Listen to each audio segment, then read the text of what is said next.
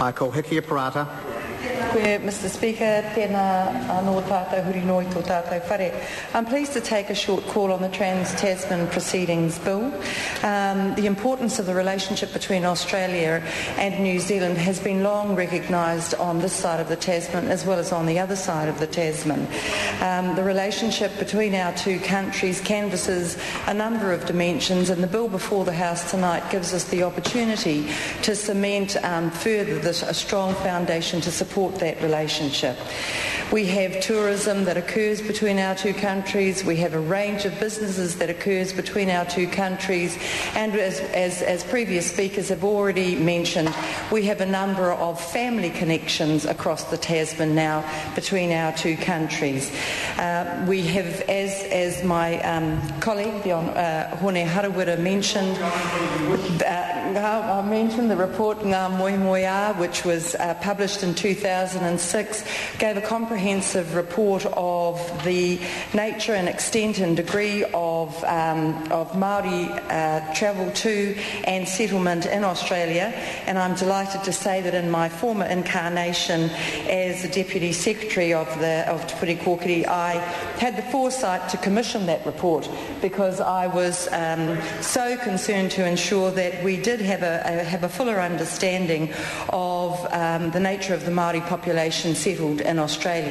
Because of course, even though Māori live in other countries, whether it be Australia or any other part of the world, their relationship and their status as tangata whenua of Aotearoa New Zealand is not compromised, and those ongoing relationships remain important to us.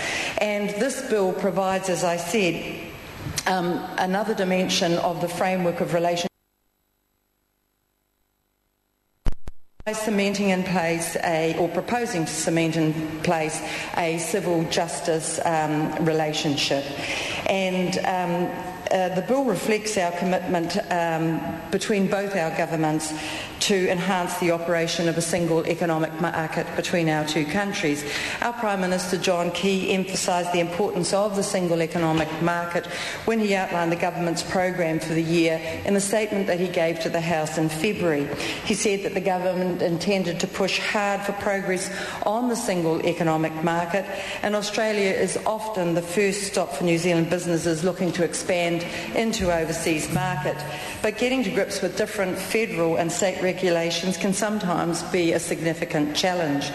The single economic market is about aligning the regulatory environment in New Zealand and Australia so that a New Zealand company operating in Kawakawa or Kaitaia can as easily do so in Canberra, or indeed operating in Ruatoria can as easily do so in Sydney.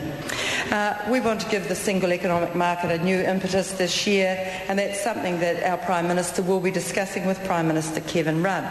This bill is an important step towards closer integration of the Australian and New Zealand civil justice systems, which will underpin those aspirations for greater and stronger and more positive relationships between our two countries. I commend the bill to the House.